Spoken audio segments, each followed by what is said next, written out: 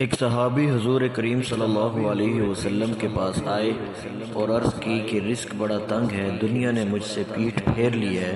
تو آپ صلی اللہ علیہ وسلم نے فرمایا کہ کیا تمہیں وہ تسبیح معلوم نہیں جو فرشتوں کی تسبیح ہے، جس کی برکت سے لوگوں کو رزق دیا جاتا ہے؟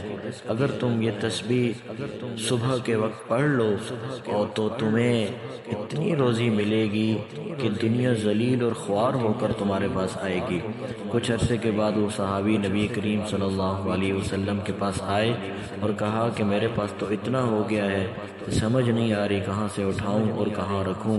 وہ تسبیح یہ ہے: سبحان اللہ وبحمدہ، سبحان اللہ العظیم وبحمدہ، استغفر اللہ۔ فجر کی سنت اور فرض کے درمیان 100 مرتبہ پڑھیں۔